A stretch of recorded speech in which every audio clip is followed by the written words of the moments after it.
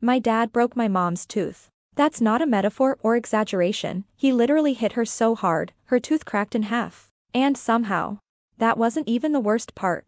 Because while we were still dealing with her swollen lip and broken smile, I found out he was cheating on her too. And not just a one-night slip, he had a whole other life. Another woman. Another story. So, I did something he never saw coming. I found her. I told her everything. Every ugly truth he kept hidden, about the violence, the lies, the way he shattered the woman who raised me. But before I explain how it all went down, you need to understand the full story. Because for years, I tried to protect him. I stayed silent when I saw bruises. I lied to neighbors. I comforted my mom through locked bathroom doors while pretending everything was fine. This isn't just a story about a cheating husband. This is about how silence becomes complicity. How we justify the unjustifiable. And how the truth, no matter how messy, is the only way out. So here it is, everything he didn't want you to know. Everything I was never supposed to say. It was a Tuesday night, one of those dull, ordinary evenings that don't seem like they could possibly go wrong. My mom had made dinner, spaghetti, I remember, and my dad was already in a mood before he even walked through the door. You could feel it in the air. His face tight, the way he slammed his keys on the counter, how he ignored our greetings. I knew that version of him. We all did. Mom tried to keep things calm. She asked how his day was. He said nothing. She offered to warm up his plate. He muttered something about her always being annoying and stormed off into the living room. I was frozen, fork halfway to my mouth. I knew not to make a sound. But she followed him. Maybe she thought she could ease the tension. Maybe she was just tired of walking on eggshells. But I heard her voice from the hallway. Calm, soft, asking him what was wrong. I remember her saying, "We can talk if something's bothering you." Then came the yell. A loud, ugly roar that didn't even sound human. I jumped. Then came a crash. A second later, a scream. I ran. I don't even remember what I was thinking, just that something horrible had happened. I found her on the floor, her hand covering her mouth, blood seeping through her fingers. My dad stood over her, fists clenched, eyes wild like an animal. The lamp beside the couch was shattered, and I could smell the sharp sting of broken ceramic in the air. Her tooth was gone. Broken at the gum line. A jagged, dark red space where it used to be. She looked up at me and whispered, "It's okay, baby. I'm okay." But she wasn't. I screamed at him. I don't even remember what I said. I think I called him a monster. I might have threatened to call the police. But he just stared at me, face hard, like I was the problem. Then he stormed out. Just walked out like nothing happened. We didn't go to the hospital that night. Mom said she'd handle it. She swore me to secrecy. We don't talk about this to anyone, okay? He didn't mean it. It was just a moment. But it wasn't just a moment. That night was a crack in the dam. And once a crack starts, it doesn't stop. I didn't sleep. I kept replaying the image of her on the floor. Her hand shaking. The blood. The way he looked at us both like we were nothing. Like we deserved it. The next morning, she covered the bruising with makeup. Told everyone she slipped on wet tiles. And she smiled, with a missing tooth and swollen lip. I watched her lie to her boss over the phone, to the neighbor who asked what happened. And I said nothing. I kept the secret. Because I loved her. Because she asked me to. But deep down, I was angry. Not just at him, for what he did, but at myself. For being so helpless. For doing nothing. For letting her take the fall. That was the night I stopped seeing him as a father. That was the night I started keeping count. Of the bruises, the lies, the nights filled with screaming. I started writing them down in a notebook hidden in my closet. I needed proof. I needed to remember. Because I knew one day, pretending wouldn't be enough. And I was right. Because pretending only works until the truth forces its way out, and it always does. After that night, nothing was ever the same. We still lived in the same house. We still had dinner at the same table. But everything had shifted, like we were pretending to live inside a picture of a family, not a real one. My mom wore her pain like a second skin. She went to work the next day, forced a smile, even laughed at her coworkers' jokes like her mouth wasn't throbbing every time she moved it. At home, she acted like everything was fine. She even joked about getting a fake tooth, like this was some kind of clumsy accident. But I saw the way she flinched when he walked into the room. I noticed how she no longer sat on the couch with him. She avoided him like he was a storm she was afraid to wake. And my dad? He never apologized. Not once. He acted like it hadn't happened. Like the blood on the carpet had magically appeared, like the silence wasn't suffocating. He was even more careful after that, more calculated. He stopped yelling so much. Stopped slamming doors. But somehow that made it worse. It was like he was resetting the clock, trying to make us forget, so when he exploded again, we'd be caught off guard. I started becoming hyper-aware of everything. The way he walked, the tone of his voice, the silence before a storm. I studied his moods like it was a survival skill. I'd hide my mom's phone when I saw him getting tense, just in case. I kept that notebook close, writing down every incident, every shift in behavior. It made me feel like I had some kind of control, even if I didn't. The worst part was how good he was at pretending to be normal. Around other people, he was charming, funny. The cool dad who made everyone laugh. Neighbors loved him. Family praised him.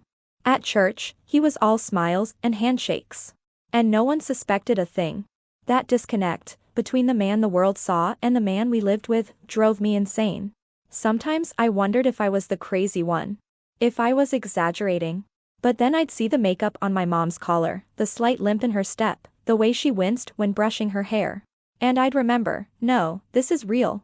This is happening. We're just the only ones who see it. I started resenting both of them. Him, for obvious reasons. But her too, a little. I couldn't understand why she stayed. Why she let it happen again. Why she was so desperate to make things look normal. I was only a teenager, and I felt like the only adult in the house. She once told me, in the quiet of the night, I stay for you. And that broke me. Because I didn't want her to stay. I wanted her to run. I wanted us to pack a bag and disappear. But she didn't believe in escape. She believed in enduring. So I did too. I stopped asking questions. I stopped trying to convince her. I just focused on surviving, on staying quiet, getting good grades, keeping my head down. I thought if I could just make it to 18, I'd be free. But deep down, I knew something else was coming. Something bigger. Something irreversible. Because people like him don't stop. They don't suddenly change. And even though I didn't know what it was yet, I could feel it brewing. Something was going to break. Again. I didn't go looking for proof that my dad was cheating. At least, not at first. I think a part of me didn't want to know. As awful as things already were, I felt like if I added one more truth, I'd collapse under the weight of it. But the signs were there. It started with his phone. He began keeping it with him all the time. Sleeping with it under his pillow. Setting it face down at dinner. If it buzzed and I looked up, he'd glare at me like I was the one being suspicious. Then there were the late nights. He started working late again. Coming home after midnight, reeking of cologne he didn't wear around the house. Once, he came in and didn't realize my mom was still awake. She asked where he'd been. He said, "Don't start," and went straight to the bathroom. She didn't follow. But what really shifted everything was the receipt. I was doing laundry, emptying his jacket pockets, when I found it. A dinner for two. An expensive restaurant, one they'd never gone to together. The date was the same night he told us he'd been working overtime. And there was a note scribbled at the bottom in unfamiliar handwriting. "Last night was perfect. Can't stop thinking about you." My stomach dropped. I didn't show it to my mom. I couldn't. Not yet. I needed more. So I started watching him.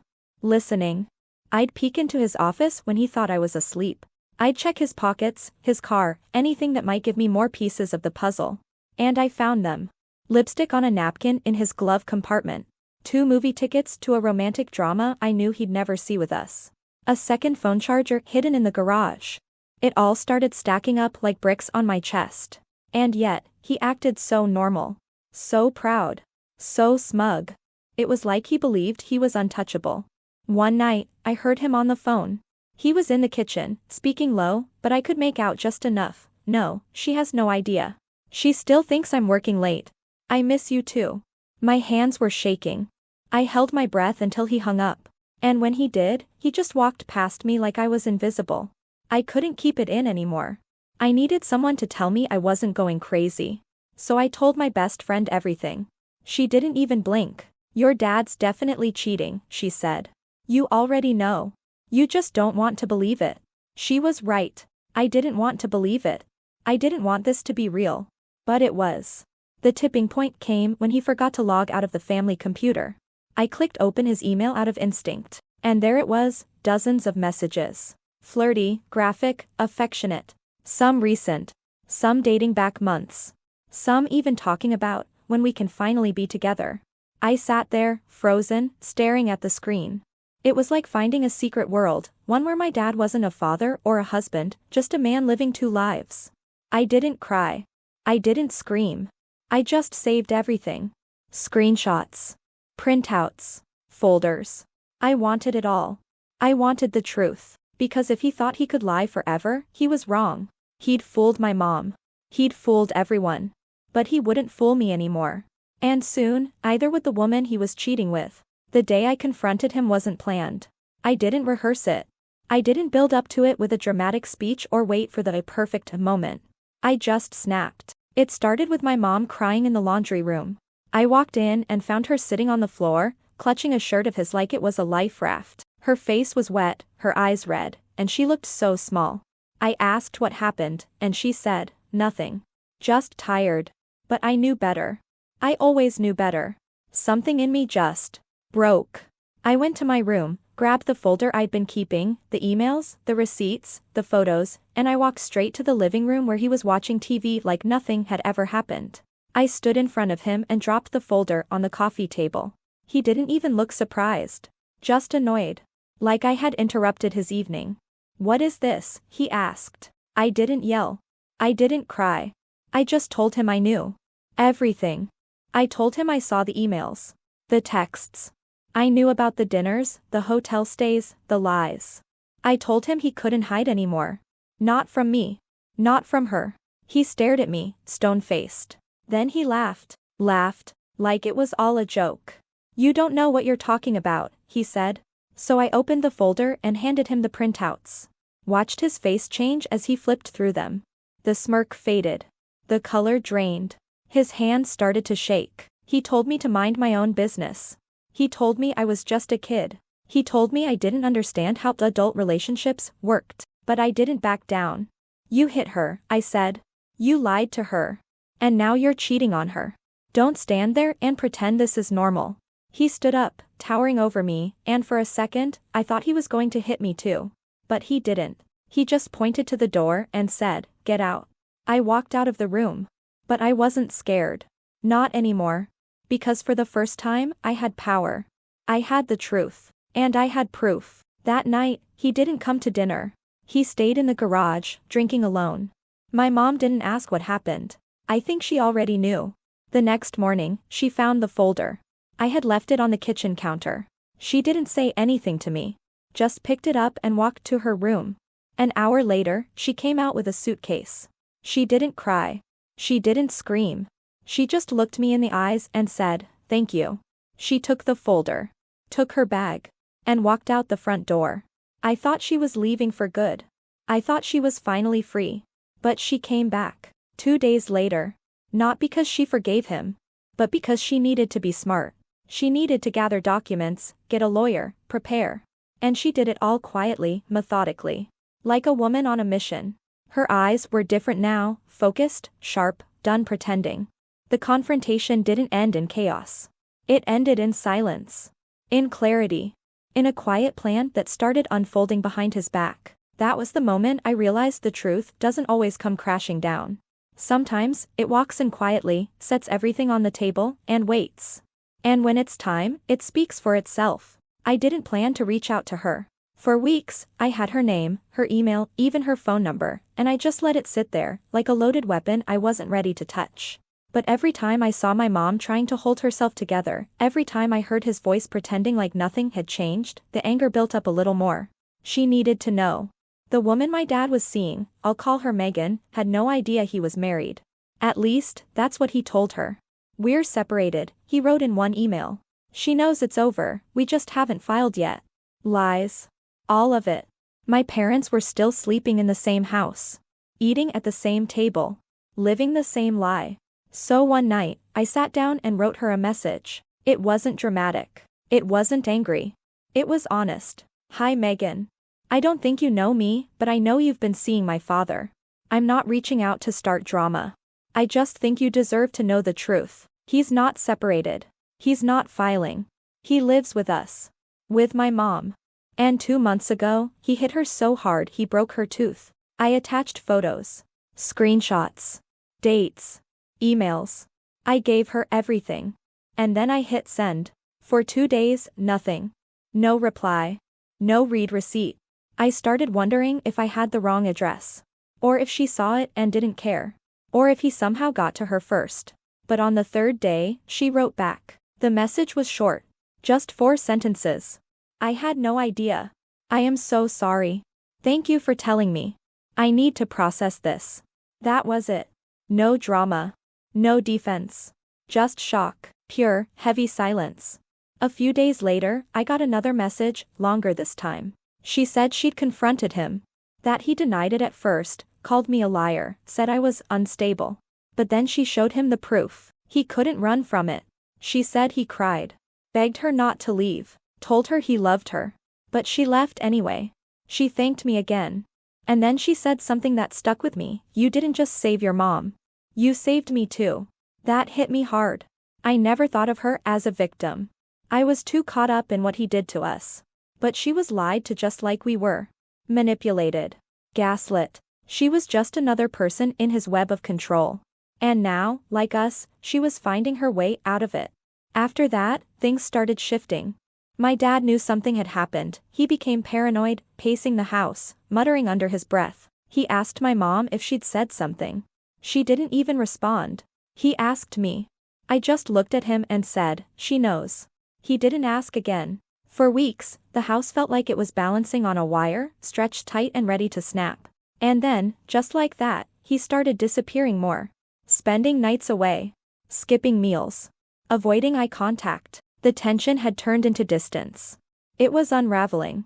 All because of one message. I didn't do it to destroy him. I didn't do it out of revenge. I did it because I was tired of protecting a man who never protected us. And for the first time in a long time, I felt free. After Megan left him, the silence in our house changed. It wasn't tense anymore, it was empty. Like something had finally snapped, and all the energy, all the control he used to hold over us, just evaporated. He didn't scream. He didn't fight. He just withdrew. He stopped talking at dinner. Stopped sitting in the living room. It was like he shrunk into the walls, trying to disappear from his own mess. For the first time in years, I felt like I could breathe. But my mom wasn't breathing yet. She was still scared. Still flinching when doors closed too hard. Still moving like someone waiting for the next hit. And even though he hadn't touched her since that night, the damage had settled deep inside her, like trauma that lived in her bones. That's when I knew it wasn't over. She needed help. Not just space. So I convinced her to go to therapy. At first, she resisted. We don't need strangers in our business, she said. But I kept pushing. I told her healing didn't mean weakness, it meant we weren't pretending anymore. Eventually, she agreed. Quietly. Bravely. Therapy changed everything. She started opening up about things I didn't even know. Things from years ago. Times he'd grabbed her by the wrist. Times he'd called her names when no one was around. Times she thought about leaving but stayed for me. Guilt poured out of her like water breaking a dam. And I listened. Not as a child. But as someone who understood now. Someone who had been watching, writing, remembering. She didn't have to carry it alone anymore. As for him, he became a ghost. Eventually, he moved into the basement. Started sleeping on the old couch. Said he needed space. We gave it to him. My mom contacted a lawyer. They began the process, slowly, carefully. She wasn't afraid anymore, but she was still smart. She made copies of everything. Documented every interaction. Kept her emotions off the surface. I stayed by her side the whole time. Not because I had to, but because I wanted to. I had spent so long wishing she'd leave him, and now that she was, I didn't want her to feel alone for even 1 second. One night, a few months later, she said, "You saved me." But the truth is, she saved herself. I just helped her remember she could. The divorce wasn't quick. It dragged. He fought back at first, tried to make her look unstable, tried to get sympathy from friends and family. But no one believed him anymore. The mask was off. People saw through it. And eventually, he just gave up. He left, packed a bag and moved out of state. I don't know where he lives now. I don't care. My mom has a new job. A new haircut. She smiles more. Laughs at things that used to feel too heavy. Her new apartment has sunlight in every room. She keeps fresh flowers on the table. It smells like vanilla and lavender. Sometimes, she even hums to herself while cooking. As for me, I still have the notebook. I keep it tucked away. Not because I need to remember the pain, but because it reminds me that silence isn't safety. That pretending doesn't protect anyone. That truth, even when it hurts, is the beginning of everything better. We're not perfect. We're still healing. But we're free. And after everything we've been through, freedom is enough. If you've made it this far, thank you for listening to our story. It's not easy to share something so personal, so painful. But I believe stories like this matter, because too many people stay quiet. Too many people keep secrets out of fear, guilt, or shame. And that silence only protects the ones who cause the pain. My dad didn't just break a tooth. He broke trust. He broke the illusion that love means staying no matter what. But in the end, he didn't win. Because we stopped covering for him. We chose truth. And with truth came freedom. If you're going through something like this, if you feel stuck, scared, or silenced, know this: you are not alone. And you are allowed to speak up. You are allowed to leave. You are allowed to survive. To my mom, thank you for finding the courage I know you didn't think you had. To anyone watching, thank you for letting us be seen. If this video meant something to you, please like, share, and subscribe. It helps more than you know. And maybe, just maybe, it reaches someone who really needs it. Because sometimes, one story can be the start of someone else's escape.